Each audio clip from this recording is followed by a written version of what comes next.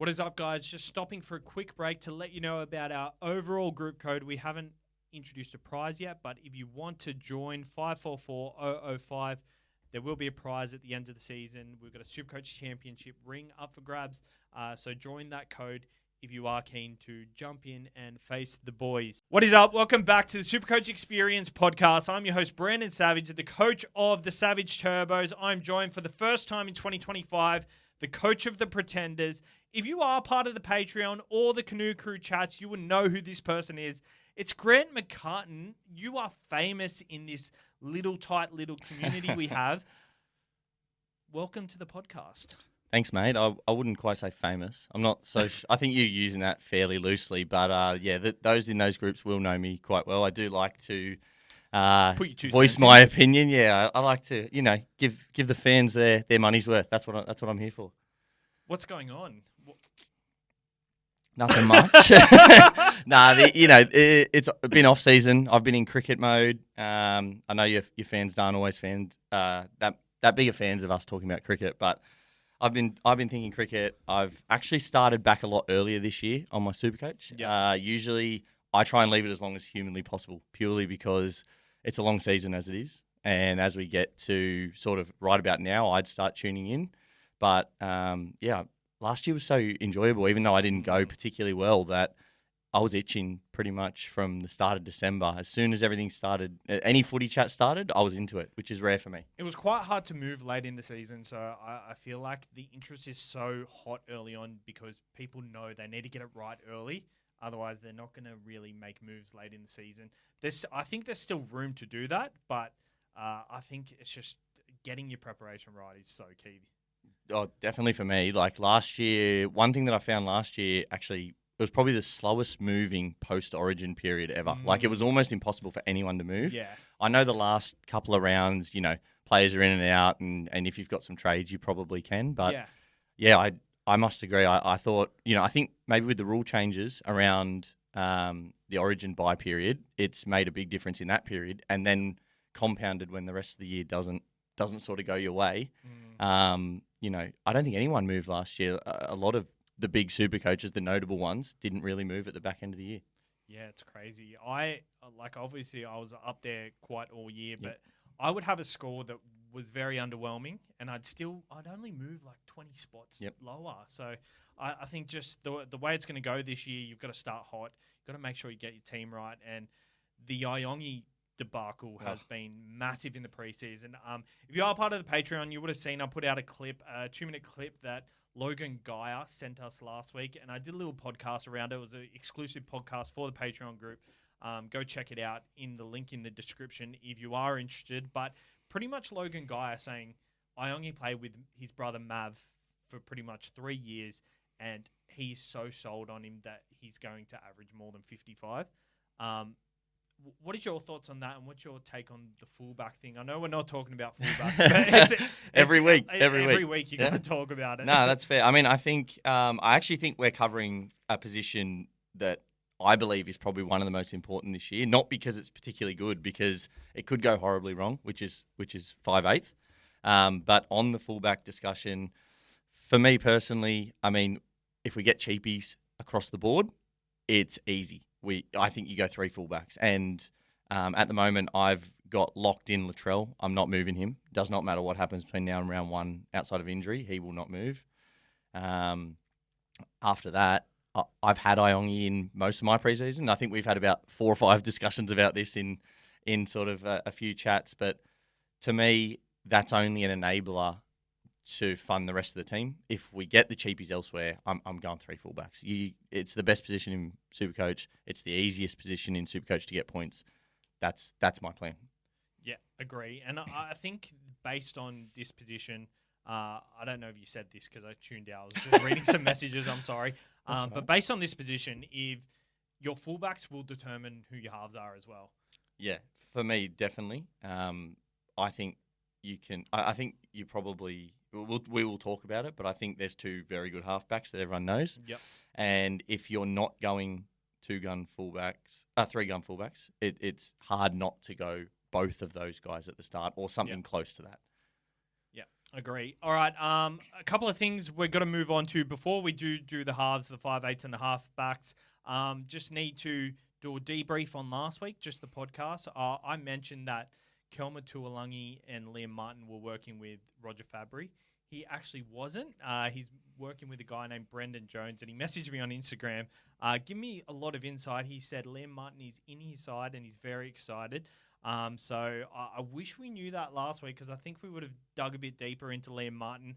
But I'm very excited. He's working with a guy named Brendan Jones. Once again, go check him out on Instagram. I actually considered taking a session myself, so I'm primed and ready for the charity event, which happens in 2 weeks from now. Also, we are 4.4 stars on iTunes, and this is mainly because we've had the podcast for a while. We were pretty bad early in the day, so I understand why there's some bad reviews there.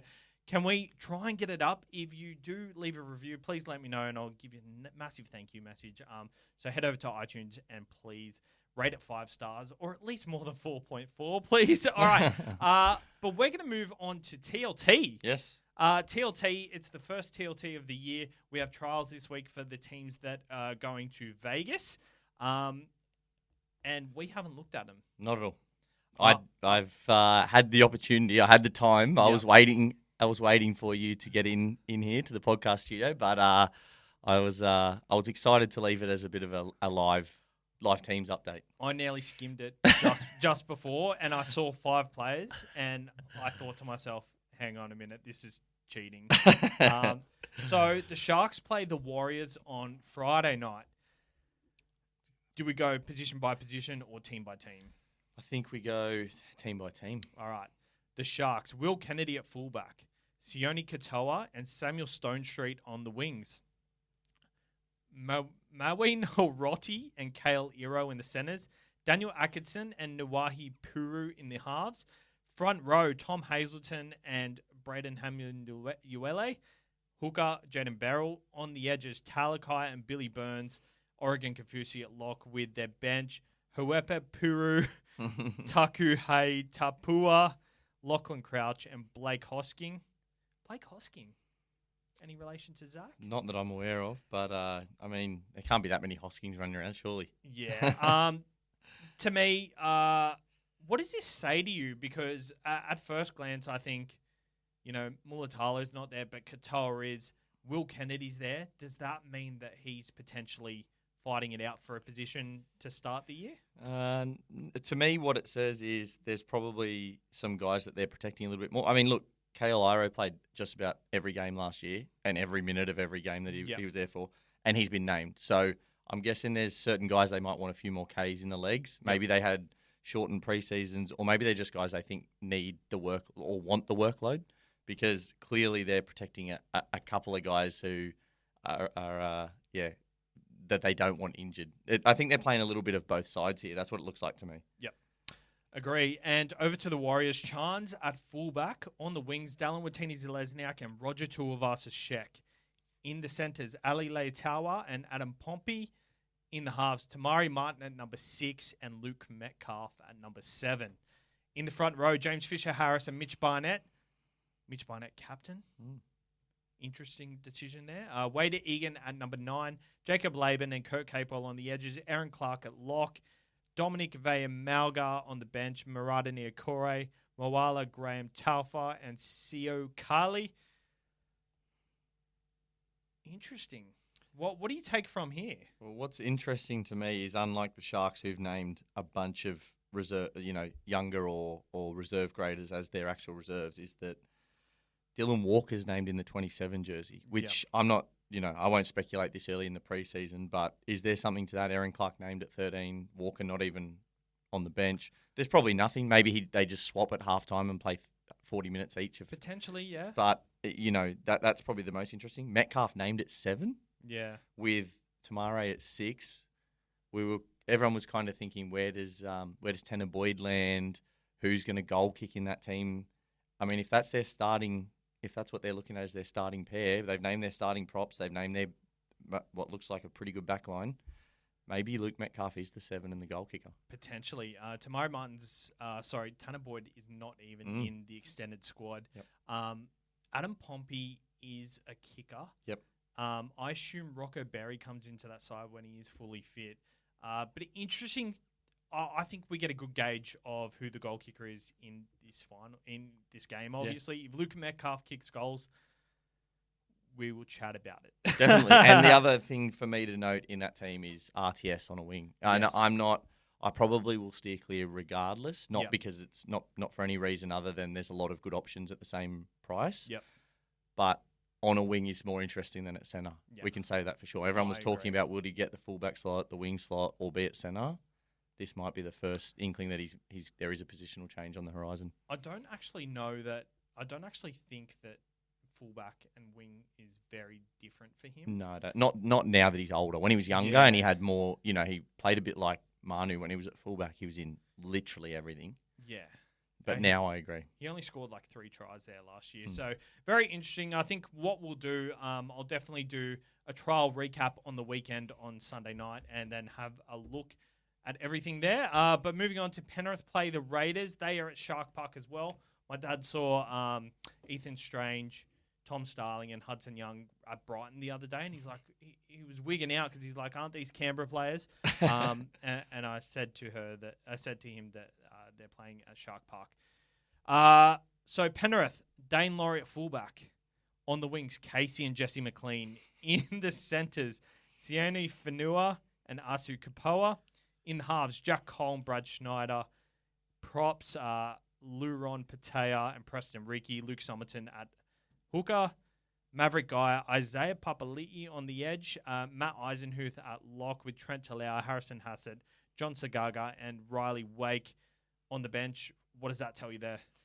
I think it says that we get nothing out of which McLean is going to win a spot. So that's disappointing, but not, we kind of expected that. I think what it says is that Papali'i, even though he's a New Zealand international, is working for his spot. Has to earn his spot. It doesn't say to me that he hasn't earned it. They're obviously giving all their current Penrith players or current guns a rest to start the year or an extra week off. Yep. But it does say to me that they're giving him an opportunity to earn that spot potentially. Yeah. I don't think this is the sort of thing where they've just gone, anyone in this side isn't, in our round one contention. I just think that he's come from a different club. He doesn't get the same sort of, easy start that the current players do. Yeah, and I think that's been kind of one of our debates in the preseason, whether a Kiwi international gets a walk-up start or not. And it just goes to show the attitude and the way that Ivan leads his team. Yep. Like, he is a Kiwi international, and everyone thinks he's a good player. Yep. And he's still not given the sure. extra week. Like, it's like,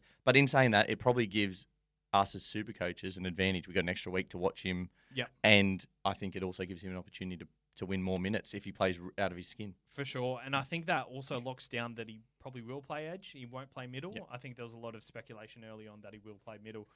So at least we can keep an eye on that and then see how that plays out.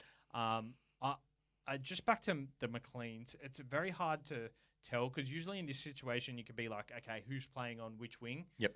Brian Toto is so versatile on what wing he plays on. Well, last year, how many games did he played like almost an even split across both wings? It felt like every time you'd go, I want him on this wing because Cleary's back, he'd be on the left, and then Cleary would disappear, and then he'd be on the right for some reason. So it's so good to have in a side, to be honest, Definitely. especially when you got so many young guys coming through. But for the Raiders, Chevy Stewart a fullback, Michael Asomua on the wing, Jed Stewart on the wing as well. Albert Hopewade and Manea Waiti in the. Oh my God, these are they're not making it easy for you, mate. Not making it easy. They could have the phonetics next to it in little brackets or something. Yeah, to make for it sure. easier. Adam Cook and Ethan Sanders in the halves, Jordan Martin and Pasami Solo in the front row. Owen Paddy starts at hooker, Simi Sasungi and Matty Nicholson on the edges.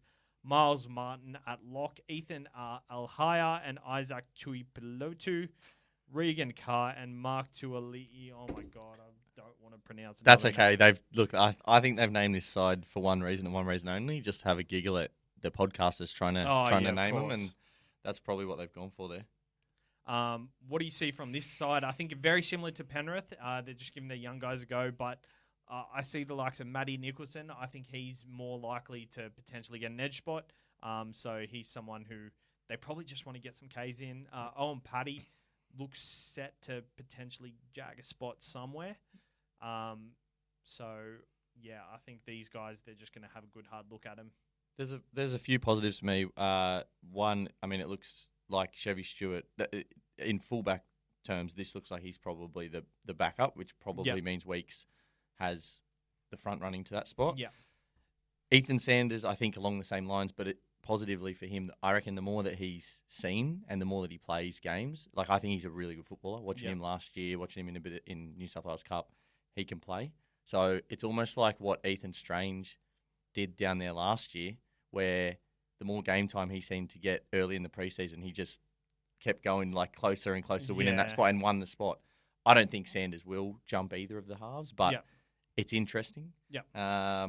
Owen Paddy, I mean, they haven't named either of their other two hookers, so maybe it means he is still third in line, but I know he's got huge raps, and I haven't seen as much of him. Matty Nicholson, probably same as Isaiah Papali'i, just got to earn your spot. You haven't been down there before. And my favourite player in the team, Miles Martin, because he has been my dual second row, front row nuff for I don't know how many years now. The bloke is a machine at just not being named, but always getting in the top 30. So that's my take, I think. It's funny when these players actually get named in a side, you're like, oh, they're real? I think we can read into potentially a little bit of the Warriors, but this week I think it's all about seeing who plays where. Luke Metcalf at halfback is very interesting. See what sides of the field certain players play, see who goal kicks, and I think we'll have a better idea or maybe less of an idea by the end of it. So we'll do a wrap-up on Sunday, just wrapping up the trials and whatever we can look at. But I also think like the Warriors probably put out a stronger side. Yeah, that's the strongest side, they right? They do go back to New Zealand before they go to Vegas, and they're probably not going to name a stronger side next week. So yeah, I think that's fair. I think the other thing that you can probably see, or all of us can probably see, is next week when the rest of the teams name their week one trial teams, not to expect the world, not to expect, that this is what their round one team will look like. I think they'll just go, let's start with some guys who haven't been in the team before, get them an extra run or get an extra look at them, some of our fringe guys. And you may get a couple of teams like what the Warriors did who named some of their guns. I'm not really sure why they named the two props, to be honest. That's surprising. Weird. Just because, especially Fisher Harris. Well, look, maybe Fish I get a little bit in the sense that he hasn't played at the club before. Yeah. So maybe for him it's a bit of a run out with their style. But running both him and Barnett this early in the year, I don't know. That's extra Ks in the legs that those two guys probably don't need for me. The rest of it I understand mostly, but those two stuck out to me. Yeah. Agree. All right, let's move on to the 5'8s finally. I feel like there was a lot I was able to find on a lot of these 5'8s, and I got to the halfbacks, and I'm like, half of these guys are duals. So I had felt like that there wasn't much to look at halfback-wise, but 5'8-wise, I think it's mainly because there's limited options at halfback, and we know who we want. Yeah, no, I agree with that, I think. But with 5'8, we kind of need to dig deep. And we start at Jaden Campbell at $700,200. Campbell averaged 78.7 when he started at 5'8 last year. So he's priced at a 71, so there's already value there. I guess depending on how you look at it, if you take out the big 170 game he scored, it's down to a 69.6. So he probably is 1.5 points overpriced. But I also think another preseason fully at 5'8, he will develop, but at $700K, I'm a bit worried about their halves rotation as well. They only won 5 out of 12 games when he was at 5'8. They won the first 5 and they lost the last 7. So what are your thoughts on Jaden Campbell? I owned him from right about when he got back from when he moved to 6 last year. Yep. And he was fantastic for me, SuperCoach-wise. Like, he's in everything. He's actually the main reason that David Fafita battled at times last year is because Campbell's such a ball magnet. You can use the word ball hog if you want, but I'll say ball magnet. Like, he wants the ball. He wants to run as a 6. Reminds me a bit sort of Galvin, Munster. Probably not as base power heavy as them, but he wants the ball, and he touches the ball almost every set on that left side, probably twice a set. I think the one thing that I noticed about that team is as soon as Keeney came in at fullback, they went right more often. And that's where his scores, after the bigger score, started to drop off. You can look at it two ways, right? I think we all look at injuries. We've talked about, some of the guys in the forwards who've been injured, and you want to take out HIAs and take those out of their average, so you look at people as undervalued. when you got a score like a 170, it's hard to just leave that in the scores as though it's not the opposite of a really low score. Yeah. What I tend to do is take off 10-20% of it. What do you think would be closer to maybe, if he didn't jag one extra try or something like that? Take that off and then look at his average. And you'll probably find, I did actually look at that, and his average, you mentioned 69, it's around like 73, 74. So there is probably value there, I think. The question for me is, what do you do with the round one bye? Now, I'm not scared of it. I think I've told you I'm starting with Tino, for example. But how many Titans is too many? And there's other buys in that first four. You got Knights and Storm. I think it's a free look for an extra week at him. If you think about price changes, he's not changing till before round 5. Yeah. So that's where I would probably consider what happens with him is around that time. Yeah, I agree with that. I guess I feel like taking a 170 game out completely is nearly cheating. Yeah, absolutely. Because he scored that. That's what he's capable of. Absolutely. And I think just taking it out for the sake of, do you start with him or not? Because I don't see a score like that happening in the first 6 to 8 weeks. Yeah. So I think you can look at it either way, just thinking, okay, I'm putting him in there, I'm going to set and forget him. He is 700K though. I think it's a lot of money, and they won the first 5 games with him at 5'8". Teams start to do video, and they're going to do a lot more video over the off season on these sorts of players. And I tend to find that, we're going to talk about Tamari Martin next as well, very similar situation. I tend to find after they get them massive breakout games, teams tend to figure them out. So I think he's going to start to develop a little bit, and whether that's passing more early a lot more of the time, or learning to put Dave Fafita into space, which could work both ways, good and bad, SuperCoach wise. I'm a bit standoffish about that. I don't think a 70 average is what you can expect from him. But if you're spending that much, you're probably not looking for value. You're looking for the points he's going to score. And I think he's just going to get a tick under that, even though I think he's a natural talent. Yeah. No, I think that's a fair assessment. I think this is the great part about this stage of the year. You have to actually think of many, many different stages of the season. So if you're going to pay $700K for Jaden Campbell and your plan is he's not playing Origin, I'm keeping him through the season, well, maybe you're valuing him slightly differently to, I want to get off to a fast start. What that looks like by round 10 or by Origin, that will define who you are as a supercoacher. For sure. Tamari Martin, number 2, 663,200. 7 games at halfback. He averaged 79 points. As I said, similar to Jaden Campbell, I don't know if they figure him out. We've just seen he's been named at 5'8". Yep. So I guess these stats are very skewed to him playing halfback. He's probably overpriced considering looks like he's going to start at 5'8". Yeah, possibly. I mean, the dual position is nice for him at least. But, I mean, for me, if you've got Metcalf coming back, and we saw him without Metcalf for most of the year, that's already, I wouldn't say a red flag, but a minus in your eyes, because we saw how Metcalf started and finished the year. He has his hands on everything. Yeah. He loves touching the ball, similar to someone like Campbell.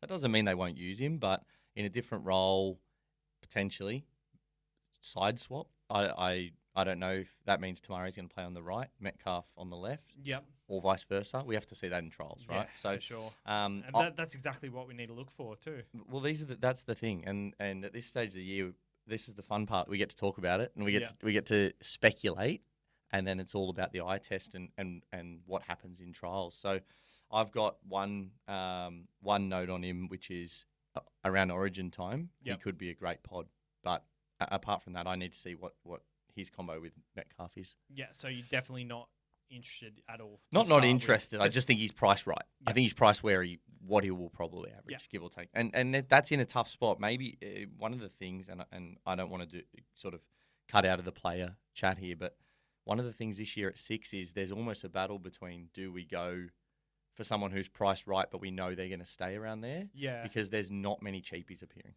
Yeah. So that he could fit that category for me. Yeah, agree.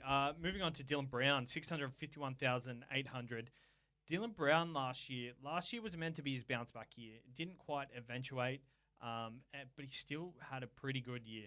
I guess if you take out the 162 that he scored, he's priced at 66. It's not. Oh, what have I done there? With Mitchell Moses, he averaged 62.3. Yep. I honestly couldn't find much on him, to be honest. And I think choosing Dylan Brown is a vibe pick. He is technically in a contract year now, especially in the first 10 rounds. He'll want to put his market value up or make sure that these teams are prepared to pay 1.2 for him. He's got till round 10 to do that. So he's someone who, if you're going to start with him, go all in. I agree. Again, another player with dual that's handy. Even if you don't use it, that's handy. I think you talked about it last week, or maybe it was in. Maybe it might have been in the Patreon chat, answering a question. You don't prioritize dual just for the sake of it, but it is nice to have if you're very, very close on two people. I actually think the battle here is the coach change is probably a plus for them. Yep. Moses back is probably a plus for them. Potentially changing that left edge back rower. I think Lane was just a few years ago. They had a great combination and they were setting the world alight, but Lane wasn't breaking tackles last year. Some of us owned him in SuperCoach, unfortunately. I did for one round. Yeah, and like he just wasn't the same player. And when you've got when you're a guy who's historically put your back rower over as a half, and it's not happening anymore, that's going to impact you. But against all that, and like you mentioned, the contract year, partially torn ACL. How does someone come back from that? Brown's young. He's fit. He's a really good mover for a half, strong as well. So I think he's got all the actual attributes in real footy. SuperCoach wise, I'm actually kind of keen on him. Yeah. I'm definitely not against people starting with him. That's for sure. I think there is I don't know if there's upside there, but again, there's definitely a really high floor. I'm very keen on him. Yep. I've tried to get him into my side, and that's with Iongi at fullback as well. And I just quite haven't been able to make it work. So I think for me, I'll sit back and wait. I don't think he's that guy. Like me and Tim sat here last year in this exact podcast thinking he's not going to hurt you if you don't have him. He didn't. But you look at his stats on the way back from last year, you're just like, that would be pretty nice to have. I think just when you're in it and a lot of other players are scoring 80s, 90s, and he's scoring 55, 60, it's just like you want more from someone that you're going to spend that much on. Definitely. And the positive last year, he did play 24 games. He doesn't play Origin. Yeah. So again, if you're the type of person who's already not by-planning, but looking towards potential guys that you go, if there's no value in this position, I need someone for the season. Yeah. He's the type of guy that you could look at for sure and just hold. And I guess we know that the 5'8" position is a bit of a wasteland. I wouldn't say complete wasteland, but if you're going to spend as minimal trades there as possible, we've done that with front row in the past. A hooker seems to be that kind of position as well. Maybe it's just the position where you just plug and play. Well, I'll pose you a question. Is it currently outside of the will we or won't we fullback battle? Is that the hardest position to fill right now? Of 5'8", yeah, for sure. No. There are heaps of options I like, but there's no standout cheaper options. So it's like you've kind of got to go mid-range, and the mid-range, Luke Metcalf. I think that's just why he's a lock. Yep. If he was available in any other position, it'd just be like, maybe.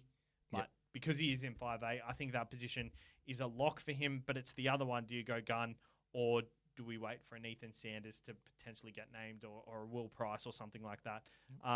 Side note, I think Fletcher Sharp is going to be a really good 5'8". Especially, I didn't realize James Schiller was coming to the club. I think James Schiller is a better winger than Tyson Gamble is 5'8". Even though I love Tyson Gamble. I know what you're saying. Yep. There's a bigger concern around Gamble being an actual set if he is named at 7, but we'll get there. We'll get there. That's good. I think it's good to have these healthy debates at this time of year because there's people out there who are probably going through the same battles that we are and the same struggles, and they just they're asking the same questions. So it's good to hear that we're all in the same boat. For sure. Matt Burden, 648,700. He has Gold Coast and Para, St. George, Gold Coast and Para in the first 3. The first 3 rounds in the last few years, here are his averages: 33.3 in 2024, 41.3 in 2023, and 44.3 in 2022. So historically, he's been a pretty slow starter. I guess the question I pose to you is, this is the first time the Bulldogs have actually got pretty much the same side coming into a new year. Could he buck the trend? I think he can. I think he's showed. I mean, from round 5 onwards last year, he averaged 75, which goes the exact. As soon as he picks up, he seems to click. Maybe it's timing that start, but with the draw that he has, and with a full preseason, another full preseason with a side that is probably one of the hungriest sides in the comp. Yeah, like they were this close to getting deep into the finals last year. They were really, really close. I think I use the word a bit of a safety valve, a bit like Dylan Brown. I don't think you're going to lose. I really don't think he'll start as slow as he has in the past. And I think the Dogs will start reasonably hot. He's a goal kicker. I think he's got a pretty good floor. Unlike most of these 5'8" that we're talking about, there's not many goal-kicking 5'8". Yep. Like, there is Jaden Campbell. I think he's only 50K more than Matt Burton. But Matt Burton, he's done this for years. Yep. And I really think that he can start a lot hotter than he has in the past. Mind you, I think St. George are going to do well. You're a St. George supporter. I'm actually very high on them this year. I think they're going to do well. But I think the Bulldogs are also going to prove a point that they're not second year. They're not going to fall off in their second year. I think you'll find that the thing with the Bulldogs is it's harder for second-year teams to fall off when they're defensively strong. Yes. You look at a recent example may be the Cowboys, where they had that really good 2022. season. Outstanding attacking side. Yep. And just they got there in the end, but it took them a while their second year because everyone clued in on the fact that they were defensively frail. They did make the 8th year. No, after. but they came good at the back end. They run 9th? They were close. Something like that. But probably the Tigers ran 9th, to be fair. Well, they got the spoon that year. But the year after, the Cowboys came back and they kind of bucked the trend in that way. But, the Warriors last year, did they come back this year? Very interested. It's funny. We could have all the predictions we want. Yeah. We don't know what's going to happen. No one knows what's going to happen. We're going to look back and hopefully the Bulldogs do buck the trend. And I think you're right with defense. Yep. That's the foundation. Right. Lockie Galvin, 624,200. I think he's the best 5'8" in SuperCoach. I don't know if he's the best 5'8" in SuperCoach, but I love it because I think he's the best young footballer in the NRL. I think he's exceptional. I agree. I love watching him play. I love the way he probably at points last year was a little bit immature in his footy, in the way that he there was that, did he want to leave the Tigers, did he not? And then he just came out and said, you know what, I'm going to stick it out and I'm going to try and make this club great. Yeah. And his second half of the year was outstanding. His whole season was outstanding, but he was really good in the second half of the year when he could have easily folded. The big thing here is second-year syndrome. Yep. Is it going to come through? I think he's a generational talent. Yeah. At 5'8", and the Tigers have only bolstered their roster with Luai, Terrell May. Is this a good thing or a bad thing for him? Potentially could be a bad thing for him, but maybe there's more attacking stats for him. I didn't even look at how many tries he scored. He didn't score that many. I think he only scored 3 or 4, but 30 in base, 12 in power per game. So 42 points a game for a 5'8". You look at Lockie Galvin, you think the base is probably really low because he's so small. You know who he reminds me of? The Fantastic Four, the stretchy guy. He reminds me of that just because, when he gets tackled, kind of like Cameron Smith. Was he good in SuperCoach? Probably was, just reaching over the line. But I guess kind of like Cameron Smith, with the way they get tackled, it doesn't look like it puts much impact on their body. Yep. Like the way he's able to just bust out of tackles and throw the ball up, I don't know, it just seems like he's got his head around what his game is. And the goatee, I think the goatee just adds another layer to his game. I think that he reminds me a lot of a young Cam Munster, who we'll touch on shortly. Just sort of rangy, doesn't really run with a normal running everything about him is a little bit awkward, but it works so well for him. But he is a special talent. My main concern is, as you said, how many more attacking stats are there to share around? Terrell May will be a positive, I can tell you that right now, because their go forward improves drastically. What I what I'm worried about is his move to the right edge. And last year he was great with Fainu. He was great on that left edge, and he had all the ball in the world. I think Luai's got to get the ball first and foremost in that team. For sure. I think he's going to play on the left side. Doesn't matter the number on his back, he will play on the left.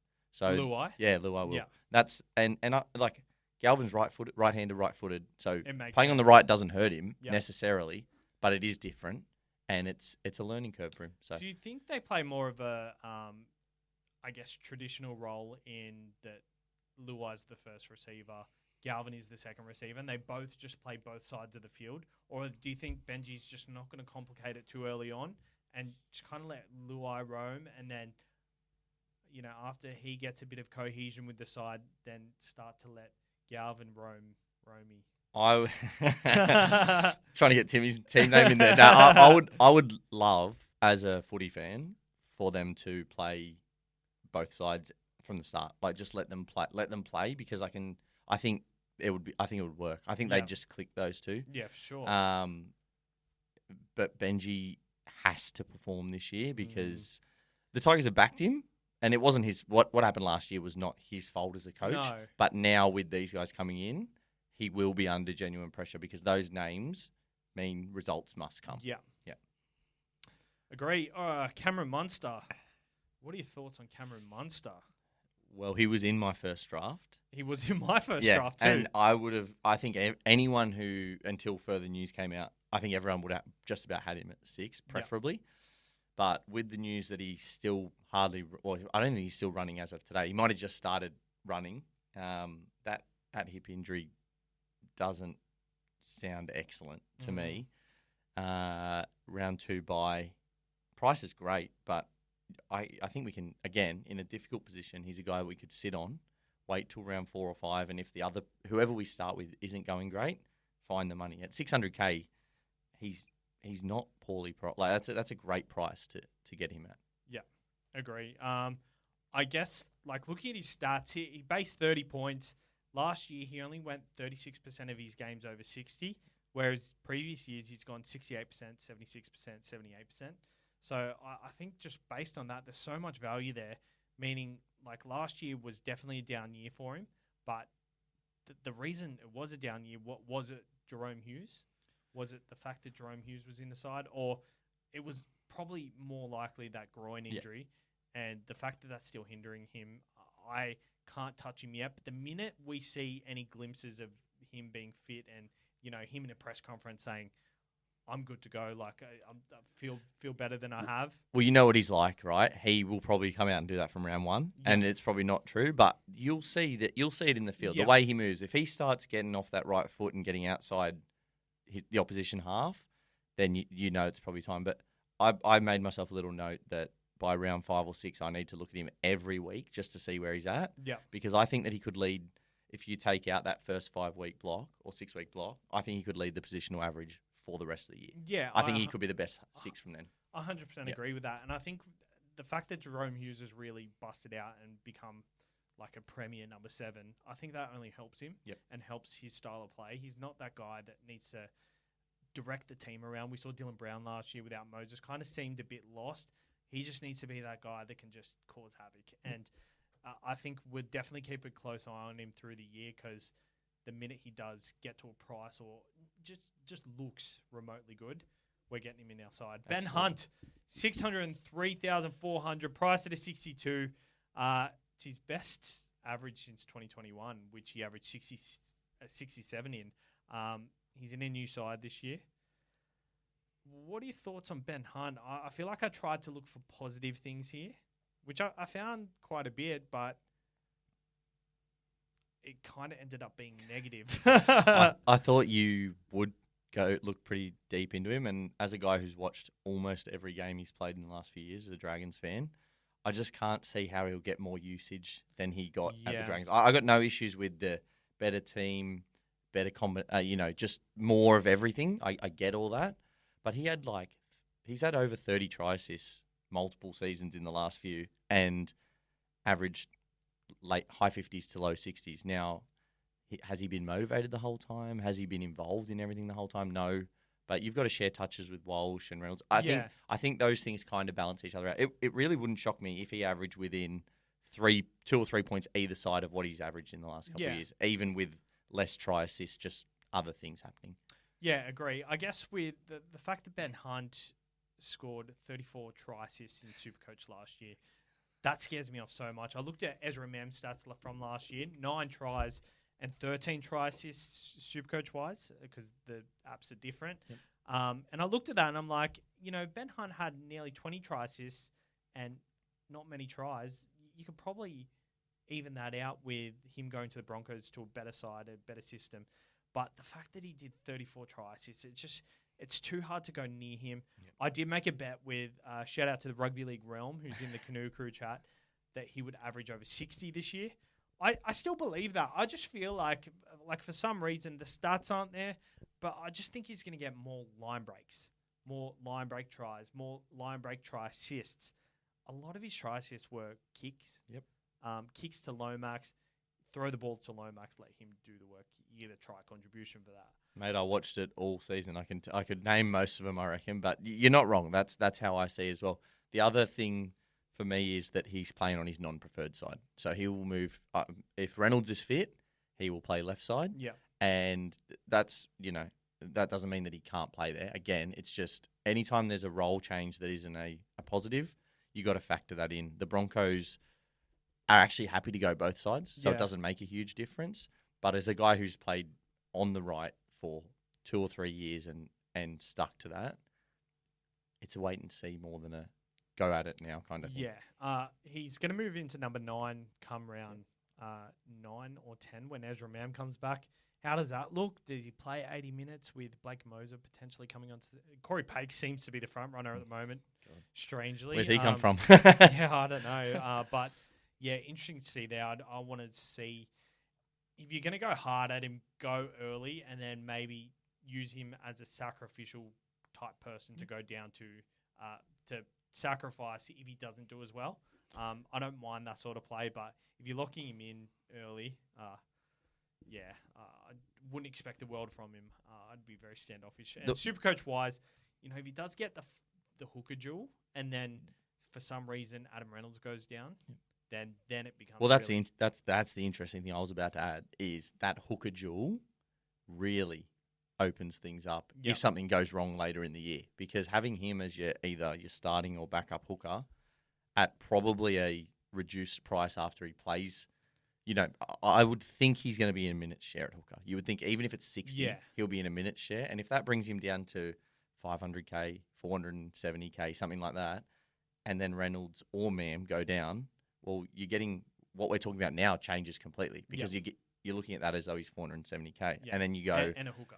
Exactly. And then you go, okay, now there's value. Yeah, and that's when you make the move. So I think, starting with him I'm not saying it's the worst option, but it's about, they do have a great draw, but it's about the only time you probably want him until far later in the season when things can change. Yeah, I don't see people holding on to him for too long, because I guess we saw with Luke Brooks last year. I haven't put anything on Luke Brooks that I'm going to say or anything, but like Luke Brooks last year, like coming to a new side, you kind of want to get them big games out of the way, and then they kind of taper off pretty quickly. So, he's a massive watch for me. Number 8, Thomas Dearden, 597,600. I've seen a lot of interest over Dearden, and personally, I don't love it. He had a career year in Supercoach last year, averaged 61. Yep. Am I right there? Yeah, 61. But a lot of his points came from throwing the ball to Holmes and Holmes running that hard line and creating a lot from there. He doesn't quite have that this year, and I don't know if I love the Cowboys this year. I'm in the same boat. What a player in footy, right? But Supercoach-wise, does it translate? It hasn't translated particularly well. It's been, 61's nothing to sneeze at, but it's not, changing the world. The biggest thing that I've noticed is he's, unfortunately for him, not the guy who gets the last touch. And it might be a bit sort of like Ezra, like you were talking about Ezra's stats and Reece Walsh. He had only 8 tries and 10 try assists last year in what we called a career year. And in a year where he played exceptionally well, looked the piece, Scott Drinkwater had 10 tries and 29 try assists. Like, Jesus Christ. To me, what that says is when he didn't hit Holmes or he didn't hit hit the back rower short because they had about 4 back rowers playing that role across And the they year. were worried about Drinky out the back as well. And when he didn't do that, Drinkwater put the finishing touches on all the time. Yeah. And there's nothing wrong with that, but it just says to me that he's one of those guys who looks a lot better in real life than he probably will score. He is, however, the lead half this year. The lead half. Yep. Well, for Townsend being the a little bit more Cowboys. experienced, they lose that this year. He really is the guy. For someone like Tom Dearden, is that a good thing though? I don't know. We haven't seen enough of it yet. Yeah, his running game is probably his strength. I definitely do. I rate him as a SuperCoach option, but not this year and not in this circumstance.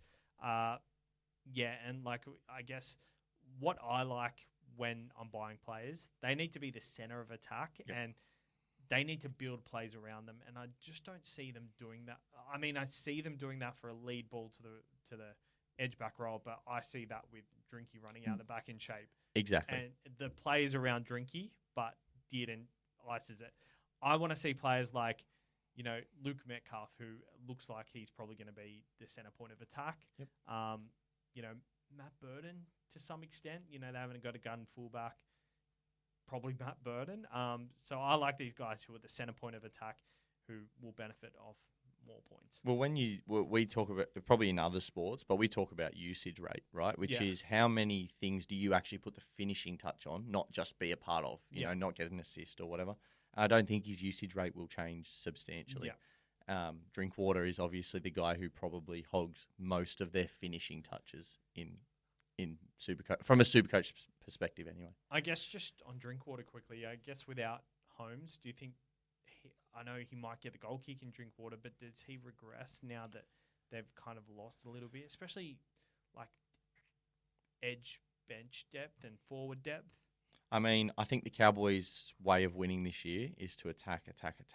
I don't think it'll go well for them. Like, I don't think they're going to be probably maybe 12th on the ladder, maybe even a little lower. Yeah. Their defense is going to really struggle, and they don't have the same strike, but anything good that comes out of them will come from Thomas Dearden and Scott Drinkwater. So it just depends on how you look at how they shared the stats last year versus them being the centerpiece. Yeah. I mean, a good example, the Bunnies were terrible last year, truth be told, but Latrell had just about a career year in SuperCoach. I'm sure we'll touch on him more as the preseason goes, but like that was in a really bad side. So Drinky can do it, especially if he's goal kicking. Yep. But right now, again, it's a great wait and see option. Yeah, agree. Moving on to Jerome Luai. Massive. I think I'm so torn on this because I see the positives, but I also see the negatives. I don't know where I stand on Jerome Luai. 582,200. Firstly, what are your thoughts on Jerome Luai? Well, I think again, he's a jewel, so I think straight away he's a better option at 6. I would not be playing. I wouldn't be picking him at 7. No way. No chance. I've seen people do it too. Yeah.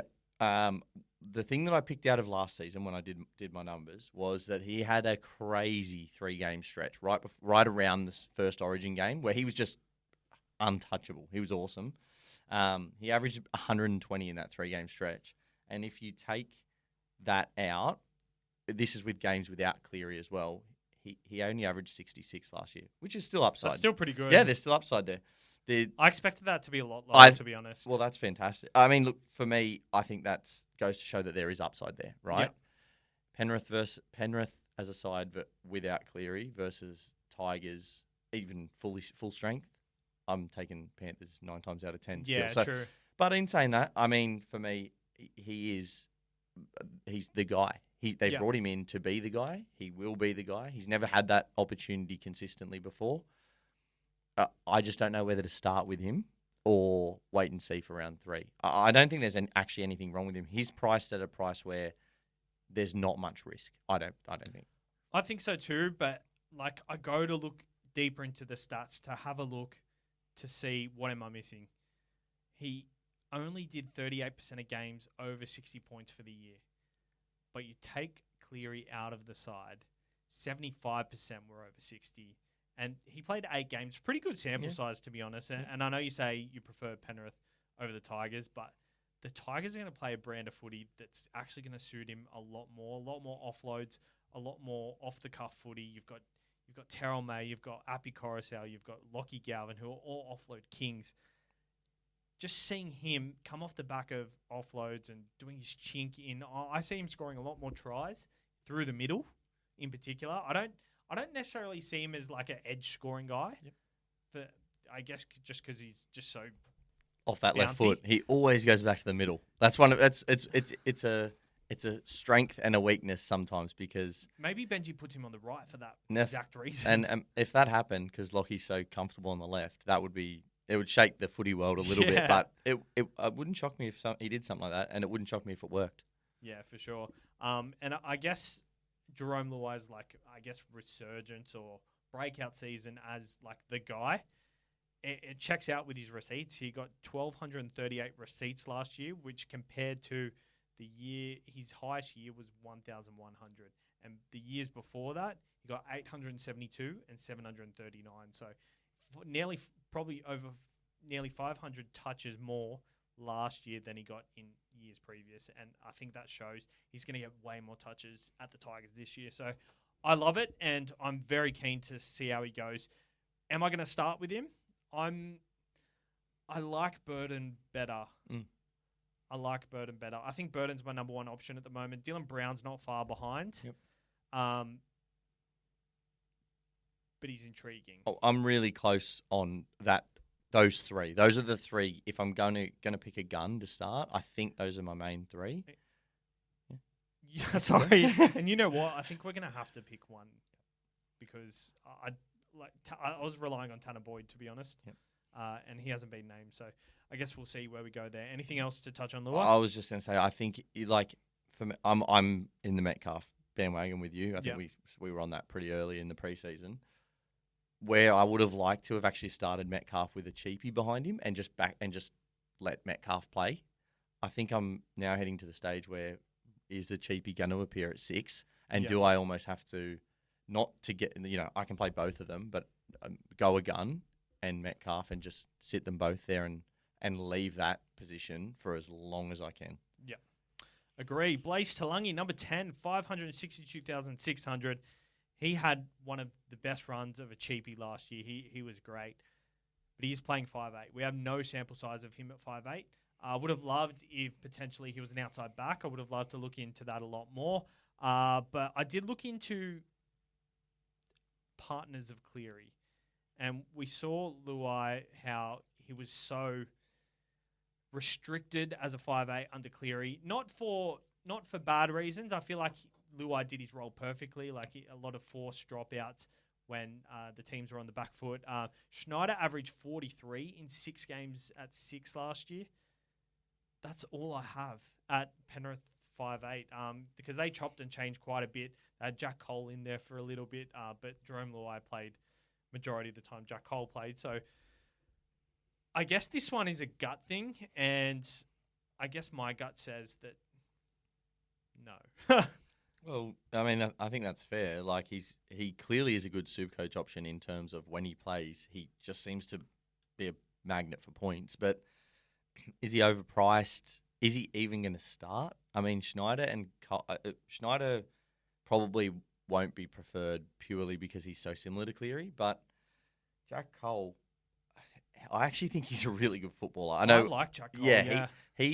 This is a stat that probably will go a bit undercover, but base power for sixes. Jack Cole was for 5'8". Jack Cole was higher than Munster, Galvin, and those type of guys. Base power. Yep. When he played, and Galvin was 42. And he's higher than that. That's how involved he is when he plays.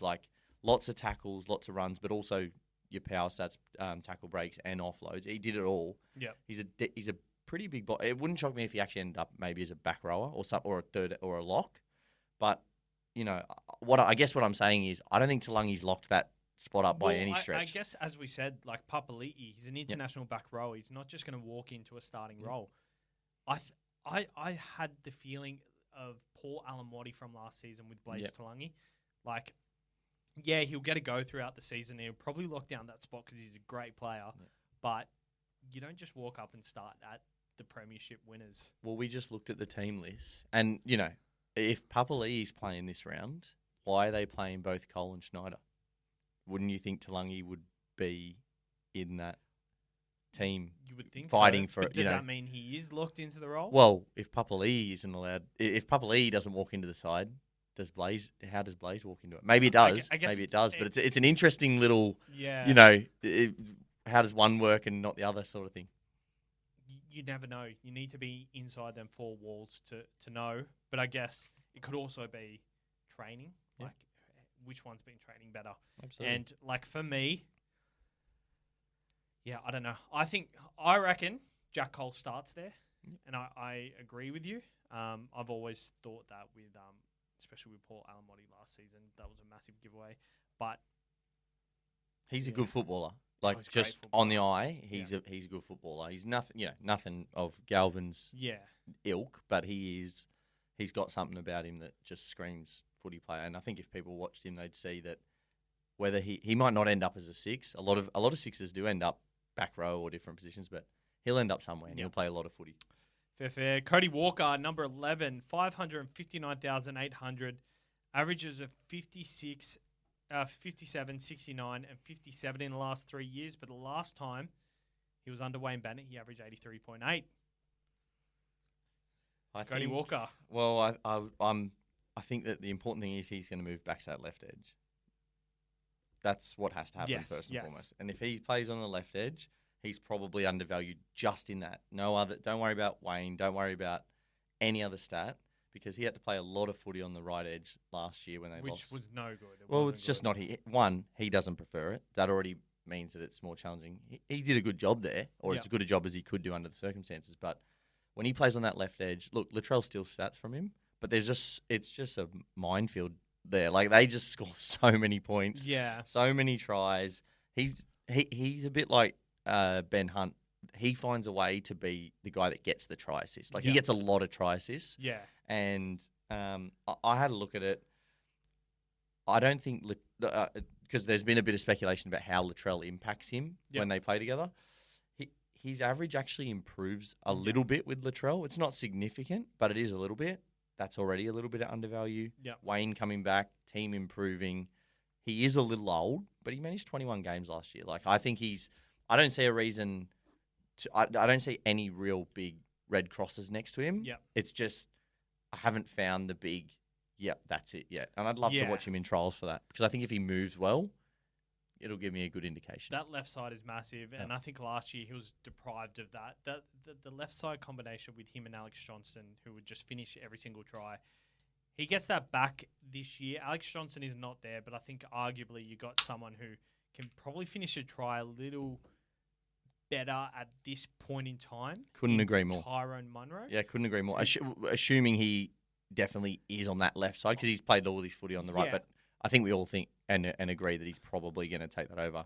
He's definitely better at this stage of his career at finishing. Just from a pace, he's probably even a little stronger than AJ. So, I tend to agree. I guess, like, with AJ, he was definitely finishing, like, the good balls, whereas I feel like Tyrone Munro can just do a bit more work and still give Cody that try assist, but work a little harder to get that extra try assist for him. So, I'm very excited for Cody Walker. I think the age just puts me off just a little bit, how old he is, but I think regardless, he's still very classy and he gets his points from attacking stats. Like, there's no other way about it. He's not going to base your 50. He's going to be a guy who bases very little and has 3 try assists a game, and that's going to be his base. So, Cody Walker, I'm very interested, but, like, for me, I'm probably not interested in starting with him. I just want to see how he goes. I think he will be an option at some point. Well, I wouldn't actually be against people starting with him. Like, the price is lovely, but Luai's all of 25k more, and he's on the upswing of his career still. I think, especially a guy like him, like he's still looking at it like a big, like he takes things on for all the stuff that Jerome cops. He takes. Like, he will go head on at that challenge. Yeah. And that's not to say Cody Walker won't. I think he'll be great. But, like, if I'm taking an upswing guy versus a guy in his mid-30s who started late, but I'd prefer to start with Luai. Yeah. They're both dual, so. I agree. Tyron Wishart, number 12, 556,700, average 73.5 at number 6.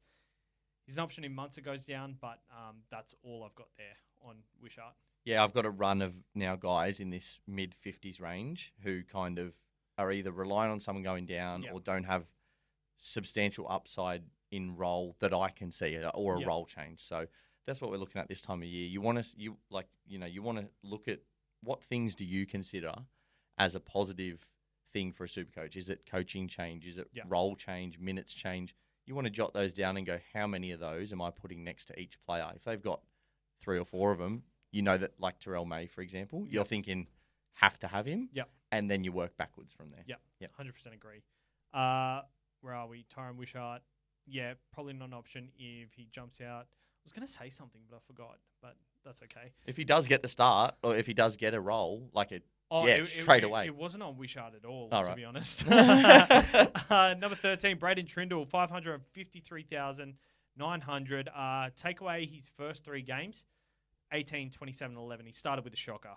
I didn't expect to like what I seen from Braden Trindle's stats, but he scored 64.7 without them 3 games. He's priced at 56. We expect him to take on that more dominant 7 role over Nico Hines. We saw it worked for the Sharks late last year. They got their first finals win. I do think they will share it a bit more than a lot of people are saying, but 64.7 instead of 56. That's a pretty significant jump in value. And if you think the Sharks are going to do well, that left hedge is humming at the moment. Like, you've got Kale Iro, who finally learned how to get an attacking stat last year. Took him forever. Ronaldo Mulitalo starts hot every single year. Braden Trindle's going to be part of that. And, 18, 27, 11. That's funny, that 27, he had a try in that. I think I owned him. I think I might have started with him. And I think people like yourself are going to be burned from him. Is he a slow starter? If I see in the trials, or at least the second trial, if we see him at all, if I see that he looks fitter than I've seen him in the past, I think I'd be interested. But, Braden Trindle, just so unreliable. Yeah.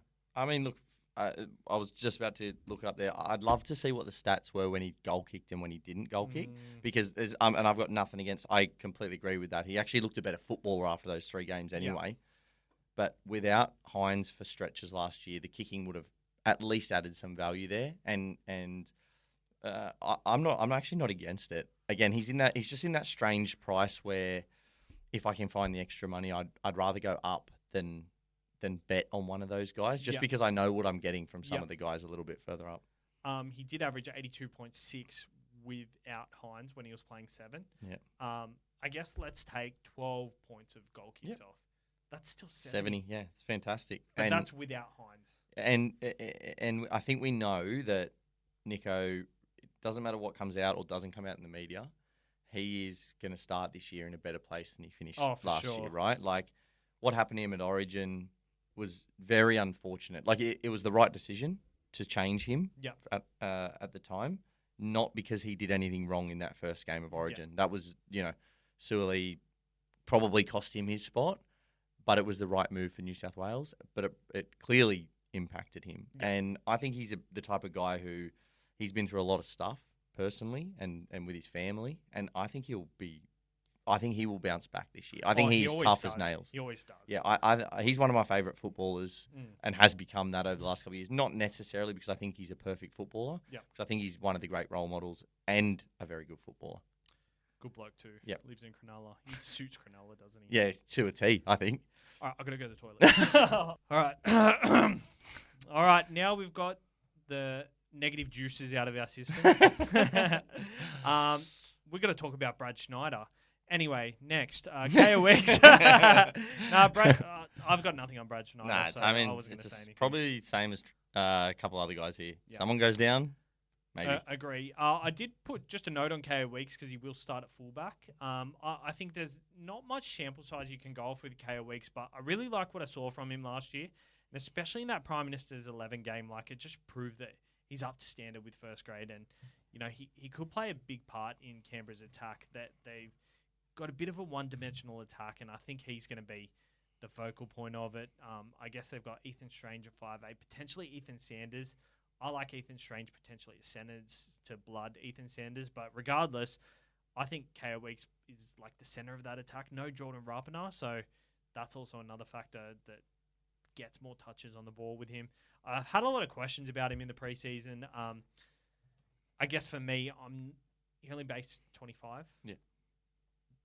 I'm not super keen on that, but I think he's someone I want to watch. Fullback available at 5'8" is very...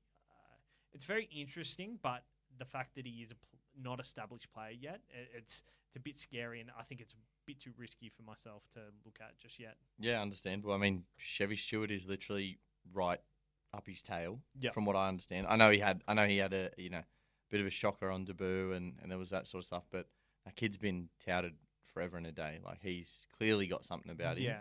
And Weeks has as well. Weeks is a very talented footballer. My question around both those guys, or any Canberra player this year in the back line, is how many attacking stats they're going to get. Like, Ricky, I think he knows at this point. Like, those kids in 2 or 3 years could be one of the more attacking sides in the comp. Yeah. But right now, under Ricky Stewart, that's just not their style. And there's nothing against them as footballers or from a SuperCoach perspective. Yeah. Just don't see the upside. 100% agree. Jack Wyden, he's available at centre wing as well. You skipped Luke Brooks, are you sure? I did skip Luke Brooks. No, that's fine. That was fine. You can skip it. I did put a note on Luke Brooks. He averaged 64 in his first 3 rounds. So, like, is there a trend here just thinking, is he a hot starter? But I guess 64 is not that. I put a note on him as well. It says, no, just no, please. That's what it says. So, no. I kind of agree. I think he showed what he is. There's enough cooks in the kitchen at Manly. Oh. I probably would. He's suited to that role. More particularly when you work with Gordon Ramsay, you just let that bloke do all the work, mate. Yep. Tommy's out the back, just let him do his thing, I think. Jack Wyden, 486,000, available at centre wing. Only averaged 50 at the centre last year, but he averaged 69 in his first 3 at centre. Obviously, that left side with Cody back on the left, Wayne Bennett back into the side. They could have another back rower in Josh Schuster. If Josh Schuster starts on the left, then I love that for Jack Wyden, because I think in the past, the Rabbitohs haven't used their left edge back rower as an attacking weapon. They've used it more as a decoy. If Josh Schuster is there, I think they will implement some game plans to get him a few touches, get him in some backline plays. Like, he is a 5'8" coming through. They know what skill he has. And I think Jack Wyden will be someone who benefits from that, especially if Josh Schuster is named. Well, the great thing about Josh Schuster is he's actually one of the very few playmaking back rowers in the comp. Like, a lot of them, so common, eh? Yeah, it did, and a lot of them now want to run hard lines. You know, your Eliesa Katoas and those sorts of guys. Fafita is actually probably a bit of a unicorn in that he can do both. Yeah. David is, and I mean that shows you how special he is when he's fit and firing. Yeah, but Schuster's almost the opposite of one of the hard running guys. Like, he actually is only looking or mainly looking to pass the ball. So if that does happen and that does eventuate and he puts it all together, I think there's a world that Jack, is a good option. I just can't start with him. There's so many good other Rabbitohs options that, not that, you're going to have too many Rabbitohs, but you don't want all of them. You've got to diversify a little bit in your starting teams, especially a team that we all expect to bounce back. Has a great coaching change, but then it's not like, if it was 5 Penrith backliners because they threw the ball around, or Manly, those sort of teams, I get it, but he's probably unlucky to miss out in a lot of sides. Yeah. Also, getting a centre at 6 is just dicey. I just think because the 6 position is so tough at the moment. Obviously, we're looking at Luke Metcalf at 443, and he's looking... We want him to be the premium guy nearly, but it looks like we're going to have to get someone around this price to potentially partner with him. And if we can get someone at this price, it's going to be very tempting because there's no one below 300K really. But yeah, Jack Wyden, I think for a long time, just SuperCoach-wise, he's never really been... I feel like if he had the goal kicking, he'd nearly be there. That's fair. He's just a footballer. He tackle breaks and... he's a strong body. So just like there's a few guys that we've talked about who just seem to hit the similar numbers every year. Whiten probably hit better numbers down in Canberra. Yeah. But again, he also was one one position closer to the footy and that sort of Yeah. thing. So I think it just goes to show how important being closer to the middle of the park, not necessarily being a middle forward, but in terms of touching the ball, it impacts you outside of being on a wing. I guess it also depends. Like, there's 5'8" we're talking about here who played 24 games at 5'8" last year, and there's centre wings who played centre who average more than them. Like, it's completely different. It's just how you play. And like a lot of these guys who did play 24 games, a lot of them, this is what they are. Yep. And, maybe we're just looking too far into it to try and you can't just expect a unicorn to come out randomly one year. One of the things about preseason, and this is, I think, goes across the whole SuperCoach world, it's not one group or anyone in particular, and one thing I noticed from listening and looking at a lot of different places is everyone is looking for how can a guy take a jump, but you've actually really got to look at how can they either stay the same or regress just as much. Like, I know that sounds simple, but everyone is looking for what are the positives in almost every situation. Like, you listen to or talk to people, and that's what they talk about. Oh, this guy's going to be better because. But no one, or rarely, outside of the very obvious ones, do people talk about why will they likely not stay the same. And for me, Jack Whiten is a great example. There's lots of reasons to think that he'll go better. I just think this is who he is as a footballer. I think he's going to average within a few points of what he averaged last year. Yeah, semi-agree. I like that. I think there's a little bit of upside. Yeah, I like it. Not enough for me to pull the trigger. Luke Metcalf, we've obviously talked about him, named a halfback, which I really like. He's priced at a 50, averages 58 without his injury-affected game of 2. Pretty simple maths here. I think, especially if he gets the goal-kicking tee this week, I think he's a lock. He's almost... It's just because of the position, though, in my opinion. Yep. Yeah, I agree. I think not only that, I just think that he actually looked excellent last year in the game. Maybe not necessarily at the end of the year when he found a way to get back on the park, but that start of the year, I don't think that's a fluke. It didn't look like a fluke to me. It looked like a guy who was just ready to take that step, and it's now his time to do it again. And unlike people who just jump out of nowhere, he's been touted for a while. He won that player of the tournament in the nines, and that was a long time ago. What, 2015, 2016? He came on the Cast Patrol podcast and pretty much said he wants to play 7. He wants to play there. So I love when I hear players come out and say that. Like, similar to Terrell May on the James Graham podcast where he said, I want to play 80 minutes. I love when people do this. It means they're hungry and they want to do well. So every NRL player wants to do well, but being open about it just means you're holding yourself accountable, which is what I love. One of the great things about guys who've done a long apprenticeship like that is when they do get their chance, they often take it the whole way. Like, they're really, really, that's not to say that kids coming through who are 18, 19 and super talented, Lockie Galvin, aren't going to do that. It's just that I've noticed over the years, the guys who take longer to get into first grade almost savour it a bit more and then tend to kick on with it. Reminds me a lot of where was I going to go with this? Sorry. Firstly, halves in particular. Yeah. I think that's where it happens a lot. But it reminds me a lot of Toby Sexton a little bit. Yeah. Like, he's probably not the perfect example, but came into the grade, showed some glimpses, but really struggled for a little bit. But then worked on his game. He persisted and then got a shot at the Bulldogs, and he looks really good at the Bulldogs. I guess you could say it for a lot of halves. Like Daly Cherry Evans, probably a halfback that won a comp in his first year. That's probably never going to happen again. Sam Walker got dropped. Perfect example. Pretty much came onto the scene last year and was the reason that they didn't really kick on after the preliminaries because he was injured. Well, I look at Cody Walker in that, right? He didn't make his debut until his late 20s. And look how motivated he's been. Obviously, he's never going to have a 15-year career because, he's not playing at least 40. Well, he could. I hope he does because I really like the. He's got a unique style, but I like him. But it just, I guess what I'm saying is those guys just don't let it slip. Once they get their foot in the door, they go all the way through it. And I think that's, to me this year, that's what Luke Metcalf looks like. Plus, if he kicks, that makes it simple. Then it's a genuine no-brainer. It was already a no-brainer for me as it was, to be honest. Jamal Fogarty, also a good example. Yeah, that's a great example. Adam Dewey, 431,700. I'm very interested. Yep. He averaged 49 at centre last year, but he's priced at a 45, which a lot of people probably slipped under the radar a little bit. That's Underpriced 7 game versus 8 game. Yeah. As soon as you play 8 games, they won't give you Yeah. a discount, but 7 games you get a little one. Same as Metcalf, similar size. So discount. we got a good enough sample size. Another season off the injury. So he's had a full preseason, not on the injury.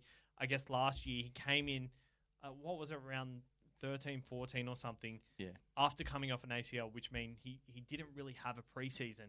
He comes into the side now, hopefully starting centre, potentially goal kicking. I don't think Appy was necessarily the best kicker. I think Appy did a lot better than I expected, but Adam Dewey was the goal kicker before Appy Coruscant got there. So there could be there's plenty of value there if he starts at least. I think that's exactly this. Well, nowhere near Luke Metcalf, sorry, but the exact same reason there is if he kicks, it's already a no-brainer in terms of that gives us what we were talking about earlier.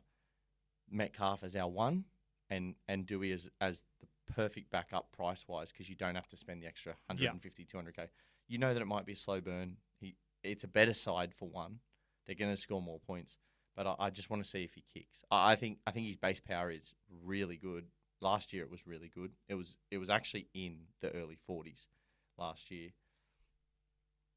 Did he just not kick last year because of the injury? He's had lots of knee injuries. Yeah. And now with a full preseason, are they going to trust him?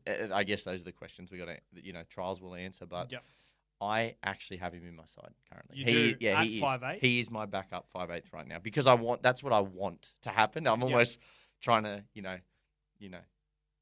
that's what I'd like to happen now. Yeah. I'm not sure it will, and I've got guys like Luai and like we mentioned Brown and Burton. I've got a plan to get to them. That's what I'd prefer though, is that I could play Dewey at this stage or someone cheaper. What needs to happen for you to go through with that? Just start. I think if he's, I think he is going to start. Yeah. So I'm already pretty close to it. Yeah. I think what would solidify it is it'll be that extra green tick. Yeah, big time. And if not that, if the Tigers look like they're going to throw the ball around, we know that. But if they even look like a football side in the preseason, there's a chance I start with him because I don't see a massive difference starting with him or Luai, who's 150K more. I expect Luai to have to go to average more. Yeah. But can Dewey make up some of that gap? I think he can. I think he can too. I guess it is a bit risky. Like we did talk about Jack Whiten with 1 more out of the ball. He is definitely much more. He can be a 700K player, Dewey. Yep. If he is playing 5'8". And I guess that's also the good. He probably doesn't even come into 5'8" if one of them's injured. Like they've got Latu Fainu. Yeah. Definitely, Fainu would be I would hope as a Tiger, if I was a Tigers fan, I would really hope that Fainu was our next choice. But I do love Dewey. Yeah. I think Dewey's a good player, and 49 at centre last season when it felt like he just didn't do anything really. I think that's a good sign, and I think just based on injury in particular, I think just based on him being more healthy, he probably improves on that. The only other thing I've got noted down is if something goes wrong and you start Dewey and Metcalf, you can fix the problem later because you can knock Dewey down to centre wing, get a guy in there, and you've solved the problem. But it does take away a centre wing spot, but you've got 7 of them. Well, if something happens prior to round 6 when the Warriors have the bye, if it happens after, then you don't necessarily have to. No, exactly. But what I mean is, it gives you those options, and that's we early in the preseason, as I said, we don't want to be looking at Jules as the only reason, but definitely gives us a bit of flexibility there. Would you consider him at centre wing, or do you think there's just too much options there at the moment? I think I'm hoping there's too many options at centre because I think we'll find a way to fill those 7 easier than the 2 at 6, which is crazy, but I think that's what will happen. Yeah, it's funny because number 6 is a spine position. We should be. It's weird how it's turned out like this. I think what it shows is that the 6s, this is one of those years where a lot of the 6s are just playing again in similar roles and similar things. Like there are changes, but there's a lot of similarities. It's probably the hardest. As I said, I've said it a few times. It is the hardest position right now. Agree. I've got no one else in 5'8". I've got Tanner Boyd, average 50 in 2023. He's priced at a 34. Goal kicking. But he's probably not. If something happens, again, he's a great option. Yeah. I thought maybe you might touch on Kyle Flanagan. I know you were keen on him earlier in the year. I know he's not going to kick, so that takes all the value out of him.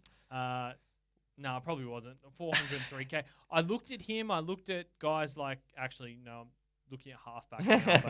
But, I looked at guys around his price, and I just think, like, he is what he is. If he busts out and does well, that's amazing. But if he doesn't, that's a good thing. Hello. Okay. Yeah, that's sweet. Cool. That's Thank sweet. you. Awesome. Thank you. Got to cut again. Right. We can start at halfbacks now. You got someone? I was just going to... What I'm going to do is name 3 more if something happens. Yeah, okay. So if you wanted to, you can lead into it. Oh, no, it's all right. I'll just leave that in. Yeah. Give everyone a laugh. No, look, I've got 3 names that I would say if something goes wrong, break glass in case of emergency. You got Chanel Harris-Tavita. He played 9 games over 70 minutes last year. The 70-minute game was a sin bin game. Yeah. But he averaged 52 in those. So I think he is the 4th option at in the halves there. But Metcalf's had injuries, and the other 2 have both had injuries, Tamare and Tenner. So it's not out of the question. You know what I think, though? I think Chanel comes in at 6 if Tamare gets injured, instead of Tanner Boyd coming in at 6. Because I think... You don't think they'd move... You think they're going to give Metcalf 7? If they give Metcalf 7, Metcalf's going to be 7. And that's fair. That's a great observation. Tanner Boyd is going to be the 7 backup. Yep. Okay, and well, there you go. That probably makes him even more relevant because Tamare's touch wood because he's had a fantastic season. He's had a history of injuries. Yeah. And if Chanel gets in, I think there's value there. He's only 330K. Yep. Will Price, I think everyone knows the reasoning behind that. Fletcher Sharp is probably a gamble for them at 6. I had to drop a pun because I know you love your puns, Saz. I haven't seen that in every Daily Telegraph article. So, and I think then you've got Jonah Pezzett down in at the Storm. Not just Origin cover, but long term if anything goes wrong. Those 3 guys, just keep an eye on. If something happens, it happens. Well, Pezzett started the season on fire last year, but very similar to everyone who filled in, like Wishart. How good is Craig Bellamy at getting people to stay down there? Yeah, who are probably good enough to get game time elsewhere, but just stay down there. He's unreal. It's kind of like the Roosters when someone leaves, I'll never play for another club. Yeah. Like, it's crazy to me. I mean, look, nothing but respect to them, but it's crazy to me that these guys who probably could get, games elsewhere. If Pezzett came to St George, I think he'd walk in. Yeah, well, I guess with Pezzett, right? Like he's just re-signed, yeah. He's just re-signed. He was looking at going to Newcastle. They offered him big money, and he stayed. Obviously, to start the year, he actually didn't kill it last year. He had 38, 29, and 26. Well said. It's a lot worse than I thought it was. Looks like you've been doing your homework. Good work. Yeah. I just imagined he did a lot better than that for some reason. You might be looking at 2023. I reckon in 2023 he had a pretty good run at some point. Yeah, you're probably right. You can search for that. 78, 64, 31. Yeah. That's a good start for a guy who's... You know what it was? You know what it was? Preseason challenge last year. Yeah. That's what it was. You must be doing your homework if you're thinking about the preseason challenge. Preseason challenge. Are you excited for it? Yeah, I mean... It's hard not to, as I said, because this preseason for me has been probably my longest one in maybe since COVID. Yeah, or just pre-COVID. Like it's been a boring period the last couple of weeks because none of us have more information than each other. Yeah, and we're all trying to work out who's who in the zoo. But I guess we're all waiting for trials a little bit. We are. We definitely are. And now we move on to the halfbacks. Just when we think we're nearly done. But what I want to say, I think we've covered a lot of the halfback options. Yeah, definitely. As well. Yep. Like I found there were a lot of double ups in here, and I've left a lot out. Like the likes of Kieran Foran. Do you really want to talk about Kieran Foran? No, Looks like he's going to play off the bench anyway. Well, which is it's not quite bizarre because it probably looks after his body a bit, but it doesn't make sense to me that much. What I will say though is, I do believe, and I think you touched on this a bit with hookers, and I think there's some more interesting positions than other positions this year. Yep. And I think that covering 6 with a bit more depth is important. I think people want to hear that, right? I think so that's too. what people want. I think so too. It doesn't seem like a much position, but I think that's when you need it. No, that's what makes it the big position. Is there's actually not a heap of upside there, it seems. Yeah. But that's what makes it important, because you almost go, that's a position that could kill me. That's a position that could actually hurt me the most. If I spend too much there, then it's going to hurt me. Yep. Like, I think a lot of these guys we're looking at, I think Matt Burton can keep up with what he is, but I think when you're spending that much, you're kind of expecting to take a hit maybe at the first week or two, but you really want them to deliver. And with these guys, if Matt Burton takes a hit early on, then is he really going to over-deliver over the next couple of weeks? Like, it's a real risk. Well, that's the thing. You know, we've only got 2 weeks of footy before the third week of price changes. You can only make your best assessment in that time. So I think one of the interesting parts of this time of year is how strong can you be after 2 weeks when Matt Burton goes 37, 48, and you go, nah, I'm done with him. There's this other guy who's gone really good the first 2 weeks.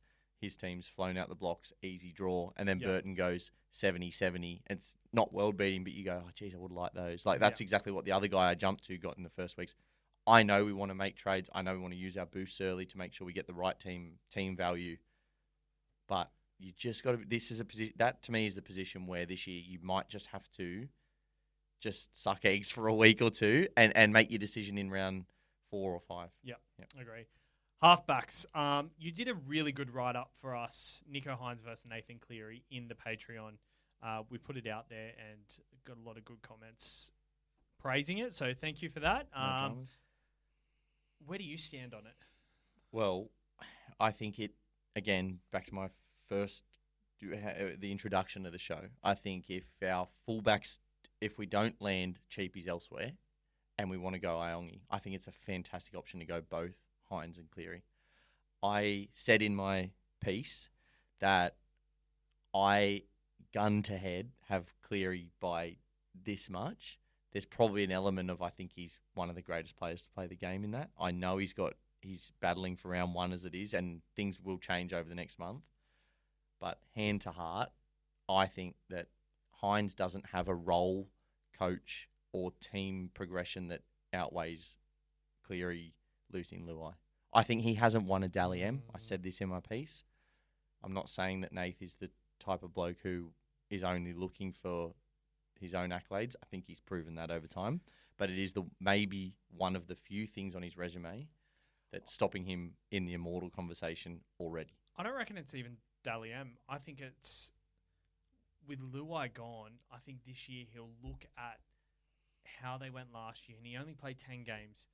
Luai took a lot of the stress off the side and really carried them to finish number 2 by the end. There was a world where they finished 4th, and I think that would have changed the trajectory of how the whole finals went. If they don't land in the top 4 this year, he's going to need to play at least 15 games. And if he plays 15 games, he probably needs to play more, to be honest. And regardless of whether he cares about the Dally M medal or not, he'll win it if he plays 20 games. Oh, I think I can't disagree. He hasn't played 20 games in any of the last 5 seasons, which is crazy stat. Yeah, I mean, there's a few stats I've got here, around that. He literally has never played. He's actually only played in the last 5 years 17 games more than Tom Trbojevic. Wow. Which and that's not, again, nothing against either of them, but it just goes to show, like, everyone thinks Tommy at times made of glass. Nath hasn't been that much better. He's been very unlucky with the types of injuries. He's had a lot of shoulder. I guess because but those are footy injuries, right? Yeah, I guess a lot of the time Tommy's were reoccurring. Yep. Whereas Nathan Cleary's just been a lot of lots of soft tissues for Tommy. Whereas Nath's have been like contact injuries and things. But like we always go, those things are probably a bit unlucky. Same as HIAs, Ruben Garrick. Yep. But it's footy. You got to factor those in a little, to an extent. You don't have to take everything in, but look. Positively, he's averaged north of 100 when he hasn't played with Luai. Small sample size over the last couple of years. Oh, wow. And he, when he didn't get injured mid-game last year, he averaged 92. So that's why I'm supporting him. In saying that, Hynes has value as well. I love Nico Hines. Yep. I think he's underpriced for what he is, Definitely. but we'll talk about him straight after Cleary, Cool. and then we'll go to Hughes. But Nathan Cleary, I tried to look 104 without Luai, 88 with Luai last year. Is that what it was? No, he didn't average 88 with Luai last year. He didn't play without Luai No, last year, did he? not last year. No. Yeah, okay. Slow pretty early. Has In been. 2024, averaged 76.7 in his first three. The 121 against the Broncos helped. I just want to say that. So he scored. Was that round 3? Yeah. I captained him. He scored 34 in. So did I actually. Yeah. He scored 34 in his first game. And then he scored 73 in his second, and then he's 121. So you'll definitely take that. Yeah. 2023, 56.7 in his first three. 2022, 45.5 in his first two. Yeah. The common theme here is I've skewed these stats because they're often followed by two big tons. Yes, absolutely. I've often owned him either from the start or I think there was a Penrith had a very early buy, maybe 2 years ago or 3 years ago. I think it was 2022. Yeah, and I remember thinking as soon as he comes back from that buy, no one's going to get him. I'm getting him, and he just went bang, bang, bang. Yep. And the thing with Nath is like, even at his price now, even if he starts with two slow games, he will hit you back quickly. So the question for me is, and the one that I've been asking myself is, if I'm going to not start with him because I think he starts slow, how the hell do I get him back in by round 3, 4, whenever I think he's going to click? And don't. Oh no. I guess my rebuttal with that is I don't really have one. I think he's a great player. Like for me, they're September footy players, so Yep. I do think that they pick themselves for late in the season. But that being said, we look at these numbers, if I can go without him for the first 6 rounds, then I'll get him then. We can look at these numbers on the screen and think, oh yeah, we can do that. But each week where a star underperforms is a long time in the NRL. So I can't imagine Cleary going 6 weeks without scoring a ton. I don't think I can imagine him going 3. Yeah, well, the minute any sort of pressure gets onto him, like he just puts them murmurs to bed. And I think people know that he's like a great player, so that won't happen as often. But I think just deep within himself, he knows if he's been quiet, he probably hasn't done enough for the side. Yeah, I haven't had him in any of my drafts, and I think today's the day where I start looking. Look, I'd encourage you to look at it, but I will preface that by saying that I do think there are multiple fullbacks who have better draws and probably more upside very early on in the season, in that first month period. And if you're going to go 3 fullbacks, I don't think you have to have Nath. If you're not and you're going Iongi, I'd be very concerned if you're going 2 fullbacks and just Hines at halfback. I'm sure you're spending your money well elsewhere. I'm sure you got lots of guns elsewhere, but you don't have the guys with their ceilings. I've got his draw right here. The Sharks in round 1 in Las Vegas. I think the Sharks will be up for this. He does average well against the Sharks. He averaged 83.9 against the Sharks, but it is round 1. The Sharks in Vegas. That's the saving grace footy? there. Yeah, I think so. Or at least interesting footy. I think the Sharks, every single player I've seen looks the fittest they've ever looked. So I think they're going to be defensively hard. The Roosters round 2, I think they're going to do pretty shit this year. 79.3 average against them. That's going to be a tough one to face, but they don't have their home ground anymore as well, which is also another factor. Melbourne in round 3. South Sydney, an improved South Sydney in round 4. North Queensland round 5. That's going to be a tough pill to swallow. So, and then Dolphins round 6, Roosters round 7, Manly round 8, Broncos round 9. The draw, I've looked at exactly the same thing. That was my own, actually, despite all these things and the injuries and the preseason, I think the downside of Nate, if he's healthy, if they name him round 1, he's fit. Yeah. Because they're not taking that risk in round 1 of him, especially over in Vegas when they get an extra week afterwards to rest. Yeah. They just give him the extra 2 weeks, right? Yeah. So I think great call on the draw. I will go back to the same thing. How do you get him by the Cowboys game. That's fine. If you've got a plan and you Yep. can get him, go for it. I think there is a way to do it, and I think you may have touched on it during the week. You may have a plan. What's the plan? I thought I saw a side that may have had a certain Manly player at 7. Oh, yeah. Maybe for a very short period of time. Yeah. Just thought that might be a way to get you through the first month. That's all. Thought there might be I didn't even think of it like that, but I think that's definitely a way to We'll talk play about it. How about we touch on it when we get to it? Yeah. All right. And Nico Hines, I guess, Cleary versus Hines. The reason I'm edging Hines is because the draw Penrith, Cowboys, Warriors. I think apart from Penrith and the fact that it's Vegas, I mean, I just said Cleary. Oh, I'm going to be defensive. But, like, the fact that it's Vegas, he doesn't average well against Penrith at all. He nearly averages negative against Penrith. That's how bad he does.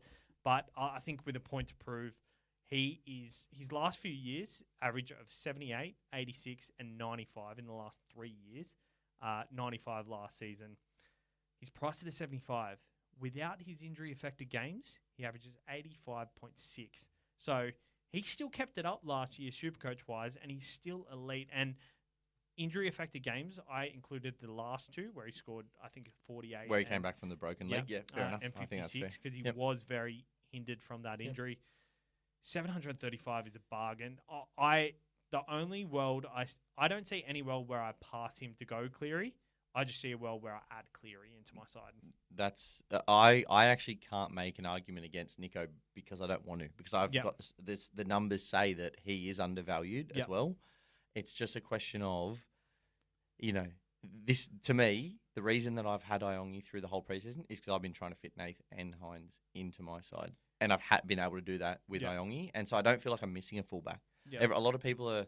If everyone had 3 of the very elite fullbacks and were able to fit those in, then I think you're going to outscore me early on. But if people are looking at, and again, nothing against them, but your Walshes and your Pappenhausens as your third fullback, why not have both halfbacks? I think Cleary's only 80k more than Walsh. Yep. And if you were already set on Cleary and you wanted Walsh, Hines and Walsh are the same price. Yeah, exactly. That's just balancing. There's, having Iongi as your third fullback is probably better than having a cheapy half at this point, unless you move Sandon down or something like that. But then, how do you feel your hookers? And ask a million more questions. My issue with going Cleary and Hines early up, they play Vegas, so they get locked out. And Tom Duffy there's a lot of rumours that he gets the starting 7 spot. So it doesn't give us that chance to consider him potentially. And, other things don't go our way as well. Locking out 2 big players in a key position like halfback where you can't get anyone else in, say if a really good cheapie pops up at halfback after that week, it's going to be really hard to... You won't be able to get them in. No, pretty much. But in saying that, and you're not one of the people who says it this way. You're probably a bit more open-minded. A lot of people talk about the old, and have said this about Iongi all preseason. Why not start with 3 gun fullbacks, and if Iongi kills it, you can drop one. It's the same thing for me for Duffy. In saying that, I see myself dropping a fullback before I drop Hines or Cleary. That's because you can keep 2 rather than trying to fight which one of the... Yeah, I get it. And honestly, I do get it. I'm just saying, and this is one of the things I love about SuperCoach. You can play devil's advocate without necessarily disagreeing. I don't actually disagree with that. Yeah. I'm just trying to, what are your thoughts? And once we peel back those layers, we can get some more insight into what we're actually thinking. And I think I think the Duffy call's a great call. It's probably one that needs to be considered. Actually, you know what? It could force some people into, if you are risking that third fullback, maybe if you start with Cleary and Hines, you probably can't have a third gun fullback. Absolutely. So, but if you do, you could use that flex position for the third halfback. Well, you think about it exactly. That's true. Or you could drop, if you need to drop the halfback for Duffy, you can then go, Iongi's failed me. Everyone's talked about how hard it is to get money to go up from Iongi. There's your money. One of those is, there's probably more options than, you just got to think, not necessarily outside the box, but just think about all permutations of things, I think. So Nico Hines for us, probably number one, and not far behind him. Number two is Cleary. You'd say. Well, I think points wise, Cleary number one. Value wise, Hines for sure. Well, I think upside wise is Nath, but there's way more little potential issues with Nath. I think. Yeah, I do agree with that. I actually think Nathan Cleary is very undervalued as well. I think he's at least, as I said just last year, he averaged 92. Don't worry about whether Luai played or anything. Don't worry about anything else other than games where he didn't get injured. Average 92. There you go. So I was just about to bring up that stat. I didn't have it, and I was gonna look for it. I'm glad you prepared weller than I did. No, I wouldn't say that. You've had a few good ones in there, I think, especially draw. You know me. I don't like to look at the draw this early. Oh, actually, I think because I'm really not focusing on the draw too much, and I think we do have to start looking a bit more for these outside backs and key spine. I try not to look at it for the first, I don't care about the first 2 weeks because I feel like every single team's going to come out with a point to prove, even the ones that can't defend, whatever view you have on them. No coach goes into round one with a side that's just going to get. Wow, I just walked in front of the camera. I'm sorry. That's all right. We're very professional at the SC Experience. So Timmy, shout out to Timmy. He's done a little buy schedule thing for me. I don't know if you want to see that. No. I'm across the draw. I just don't lean into it for the first fortnight or 3 weeks. I should have had that there, but I also agree. I think a lot of people get caught into the draw too much. Yeah. I remember everyone loaded up on Roosters a couple of years ago, and the Roosters, they religiously start slow, and they did start slow, but they had an amazing draw. So it was like people wool pulled by the Roosters and you ended up starting from the back foot because you went too hard in on the draw. I think every team's defense is going to be just smack bang straight away. It's not to say that their defense is going to be good. It's just that they're all committed. Every player has just had a long preseason. They've been absolutely hammered from pillar to post. Yeah. You don't walk out in round one and get beat 40-0 very often. No. It's happened. It's just it's not common. And when you get to the dog days of round 20 and round 22, when teams like Manly just pick someone apart for 50, it just doesn't happen in round one, in my view. And I think there's been some really good stats around on social media about how much those rounds are a little bit more low scoring. And it's only going to get worse and worse, for attacking teams for round one, because as every year goes on, it becomes way more professional. Yeah. It's like if you skip any corners, they're going 100% and doing absolutely everything they can to be ready for round one to have a good season. Jerome Hughes, 805,200, priced at 82.7. Before that big ton in the last game, it was a 76. So I guess, as before, he had that in him. So that is his true average. But if you're looking at it from a perspective of early on, then 76 is more his true average. So already 6 points overpriced, which is hard to cop. He has a buy in round two. His averages the year before, 71, 69, and 73. So it definitely was an outlier year. Munster out for majority of the season. Injury in the off-season. I think there's a lot of negatives here, but he's definitely someone who he'll be on my radar just a lot quicker this year than he has in years past. Yep. What a season! What a season! What a footballer! He's actually. I don't know how many people sort of watch this stuff, but he's probably the best or second best defensive half in the game. He's right there with guys like Dylan Brown, those sort of big body guys. I know that I just said I don't lean into the draw, but they have a really hard draw, let alone the first few rounds being points unders. Round two bye. Yeah, check it out for me. Round two bye. The thing that I want to... There's two things. One, through Origin, almost a must. Doesn't matter what he's priced at that point. He will score to what he's been scoring in that period, and he will play, and Munster will be playing Origin or injured. So he will have the same opportunities he had last year. Other thing I wanted to mention, through Origin, the fullbacks get thinner. Flex. Yeah. do we look at that? Is that where you look at your as having the extra option? I think 100%. Last year, like even filling the two fullbacks during that period is so tricky. I wouldn't say it's so tricky, but I think you feel obligated to fill that position with someone, and you're often looking for little things here and there. And with the flex, it's going to make that extra hard. Just thinking, do we have that third fullback in the flex at that time of year? If they're not available, then see how the halves are going. And if you don't want to sell off a Cleary over Origin, then it kind of allows you to do that. Absolutely. And this is probably looking way too far into the future, but I don't think anyone's going to want to get rid of Hines over that period because I doubt he's playing footy I think he's playing NRL in that period. Yep. And if you want Hughes, you're already locked into two halves. Yep. If you want another pod, if Cleary's fit, is Moses playing? Is he someone you want to, there's lots of options, but it just gives you that.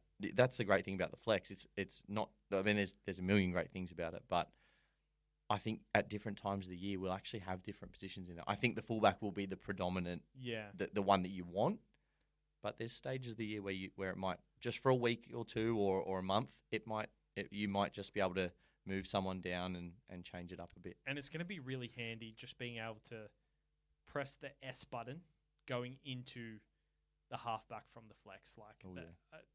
Being able to change someone into halfback is so rare. And the fact that we can do it with the flex this year, it just makes it so good. Daly Cherry Evans, 646,500. First 5 out of 7 games at home. Doesn't average more than really 60 points versus the opponents he's playing in the first 6. So whilst it does seem like a good draw, 4 Pines Park, it's one of the best for Manly players. I see more upside than the stats suggest, but the stats I've been looking hard at this season, I think it's got to be a gut call in my opinion, but it doesn't look super pretty. Yeah. But it's also, as you said before, a stepping stone if I don't go Cleary. What I would be looking for if I don't have Cleary and Hughes, and I don't disagree with the Duffy chat. I think he could be a guy that we want. Is how can I best handle that first 2-3 weeks or whatever it is or 4 weeks with someone else and use them as either a stepping stone or to hold their price while Cleary or Nico might just fall a little bit because we know they're undervalued season average. Yeah. But they may not be undervalued in that first month. And I think that we had a good chat about that. I think Daly's a guy who could fly in that first month. That doesn't mean he's going to be suddenly 800K and you're going to make money selling him to Nath. But even if he goes up 30, 40K and holds his average, you've won that. Because there's a very good chance that Nath and Nico don't quite hit their current prices to start. 100% agree. I think Daly Cherry Evans could be this last year as well. Potentially, maybe second last. Who knows? But I think he'll finish it with a bang. So it's more of a vibe call, I guess. Number 8, Mitch Moses. I haven't gone Sam Walker because that's fair. But he will be back. He will be back circa round 10, and that again is the flex. Yeah, flex true. option. Coming back from an ACL though. Yeah, I'd give him time, but round 10 by round, maybe by the second Origin, he might be looking like a guy that the Roosters might be clicking. Teddy not playing Origin. There's a lot. Yeah, you know what I mean. But definitely. He can slide into a side better than a halfback probably would in a different position. I agree. Mitch Moses, 628,900. Pretty good draw after Melbourne. Price to the 64 compared to previous seasons of 68 and 70.2. But no goal kicking. Yeah, I think Mitch is probably actually overpriced for what he is, which is unfortunate because if he was kicking with what Para have done with Riles and those sorts of things, he's probably undervalued. Yeah, I would have been very interested. He would have been the perfect guy probably to step up, but not for me. Yeah, so Parramatta have Melbourne and then Tigers, Canterbury, Manly, St George, Canberra. It's a bit mixed. That's exactly what I wrote. Mixed draw to start. The Dogs and Melbourne in the first few is tough. Rough. That's very tough defensive from a defensive perspective. So. Adam Reynolds. Yep. 500,700. Have you got anyone before that? Obviously, we've touched on a lot of them. I nearly went Fogarty. Priced at a 55, he's a goal kicker, but there wasn't any. Clifford is technically underpriced because he only played 6 games last year and Yeah. averaged 60, but I don't. Small sample size too. But we've all heard the Duffy news. Like, if he's already that close to him, and Clifford's actually had an injury in the preseason, Yeah, hernia. and if he doesn't get named in round 1, but he's actually the starting half, then what I would like to see is Clifford named in Q Cup if he's not named in what's called, and so he's available, and that says Duffy's beaten him. Yeah. But yeah, he's underpriced, but I don't have any strong feelings about him at all. Yeah, agree. Adam Reynolds, 500,700, priced at a 50, but averaged 65 in 2023, 60 in 2022. He averaged 60 in 2024 if you discount the injury-affected games. So still kept it up. He's the goal kicker of a good side, and if you expect Brisbane to come out and do as well as everyone else thinks they're going to do, then Adam Reynolds is the orchestrator. You're a big A-Ray fan. Yeah, I mean, I think everyone that knows me knows that I've been an Adam Reynolds fan forever. Just stylistically, I think being a little dude in a big boys game, the way he conducts himself, the way he controls the team, his kicking game, he's never come across as with any arrogance or anything like that. He's confident, but I've just liked the way he plays footy. Question for me is how many games does he get through in a season? He's got this neck issue in the preseason. I don't think his SuperCoach will be affected significantly. If he plays, he will probably average high 50s, early 60s, that range. It's just it's a bit of a guessing game in a position where you've got a couple of guys who you know exactly what you're getting. Yeah. He is a great price. Yes. And they have a pretty good start.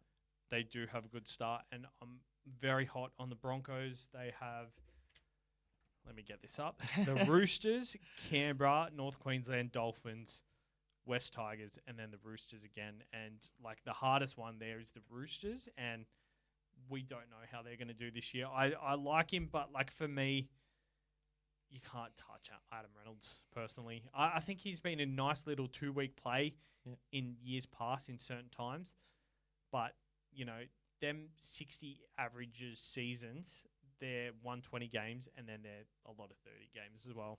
Yeah, and absolutely. I think the only reason that he's even considerable is if you factor in how do you jump up to those guys by the end of the first month, and you think that Adam Reynolds is going to make, again, 40 or 50K in the Daly Cherry Evans style, that's what you're looking for. Yeah. He's got potential because he can make it through a month. Yeah. It's just game to game, you're watching him just thinking, oh, please don't, please don't, please don't. And early in the year, you almost don't want to, I don't think that it would throw your season, but you almost don't want to put yourself behind the 8 ball. He doing is that. Someone that could really derail your season. You can get injured. He can get injured at any time of any game, and that's the difference. A lot of guys, it's very rare, but he seems to be more common. With the flex position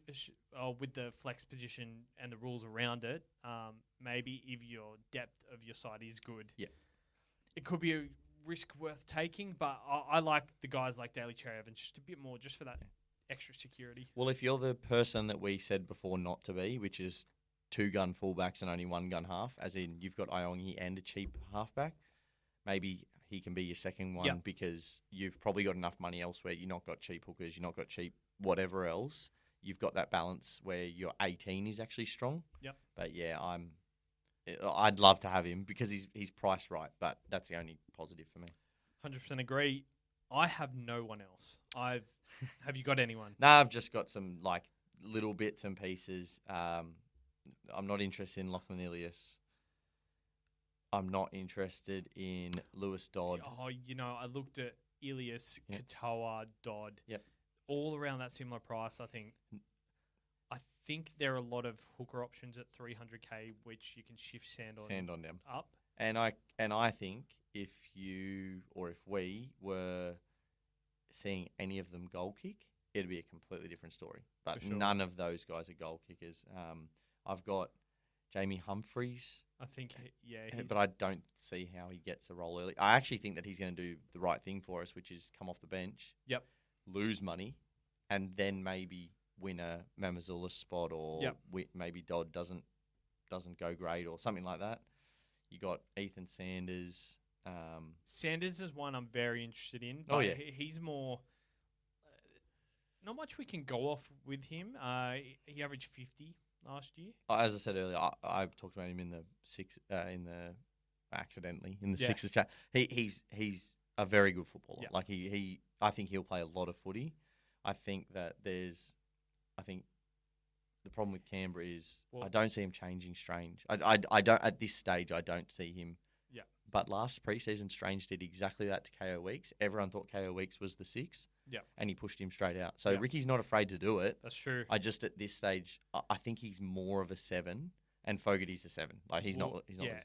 He also hasn't been given the jewel yet, so I don't know if you would put him in a halfback because that's when, like, I feel like if we get a cheapie at 5'8", we'd be pretty happy to leave them there, just because we're probably not hot on the people we are playing at 5'8" anyway. Yeah, that's fair.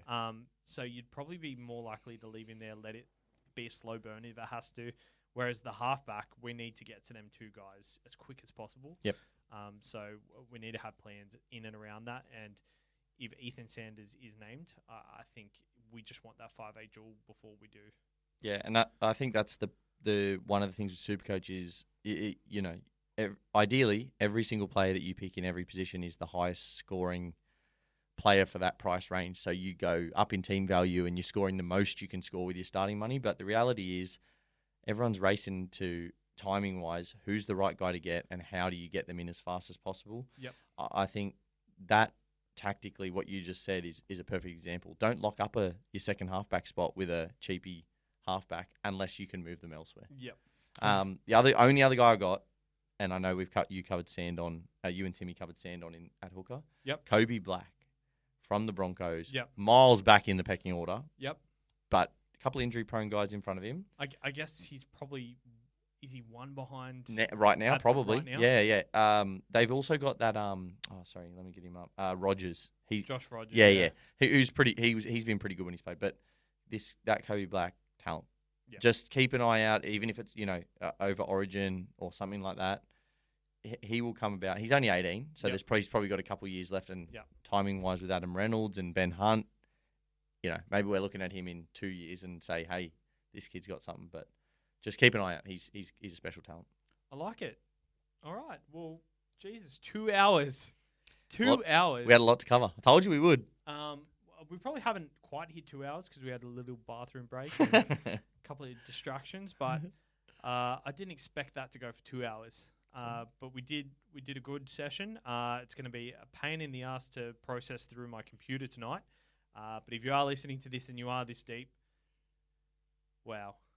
Hey, I told Savs that the people want information, and we've given them information. We can't say we haven't given them information. Well, I've got information. I've got a 5'8" overload in my brain at the moment. But firstly, thank you for coming on. Hopefully you are more involved this year. Obviously, Timmy's not here, and we're going to try and rotate as much as possible. It is a bit of a trek coming out to the cities every week, so I'm going to try and do a bit of rotation, and Grant is part of that when he can.